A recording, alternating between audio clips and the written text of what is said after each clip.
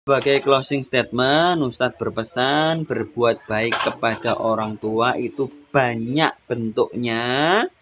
Yang kedua, berbuat baik kepada orang tua itu berat, terutama ketika orang tua kita semakin renta, terutama ketika orang tua kita mengalami lupa ingatan, terutama ketika orang tua kita sudah tidak bisa bersuci sendiri, harus kita cebokin, harus kita bersihin najisnya, terutama ketika orang tua kita sakit, harus kita layani, harus kita bersihkan boroknya mungkin, atau darahnya kita bersihkan. Ya, itu berat adik-adik loh ya, tidak semudah yang adik-adik bayangkan.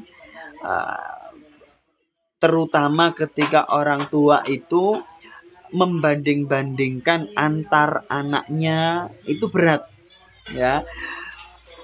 Karakter orang tua di Jawa, mohon maaf ini kan adik-adik ada yang tidak dari Jawa ya, ada yang dari Korea itu Akikei bla bla bla, itu namanya kok kayak Korea ya. Nah, karakter orang tua di Jawa itu kalau semakin tua, yang diingat adalah anak yang memberikan uang, bukan anak yang merawat, yang setiap hari bersamanya. Coba silakan dicatat dan diingat-ingat dan silakan dibuktikan. Ya, orang tua kalau sudah semakin tua, yang diingat adalah anak yang memberi uang. Ya, bukan anak yang merawatnya, yang membersihkan najisnya, ya, yang setiap hari bersamanya.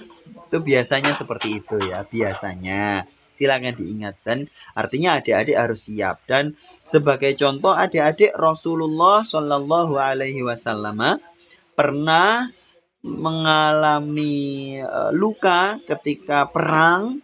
Luka beliau di pelipisnya, atau di sini ya, mohon maaf Ustadz lupa, di sini kalau tidak salah.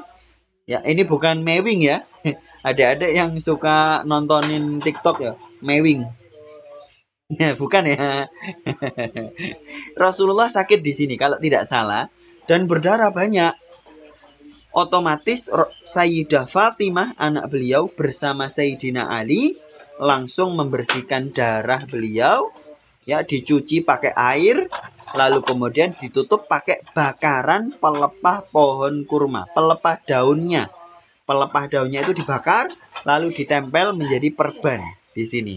Otomatis darahnya bisa mampet langsung. Nah, itu teknik pengobatan. Ya. Adik-adik harus siap, nanti orang tuanya kalau sakit harus membersihkan najisnya, harus membersihkan lukanya. Ya, harus siap ya.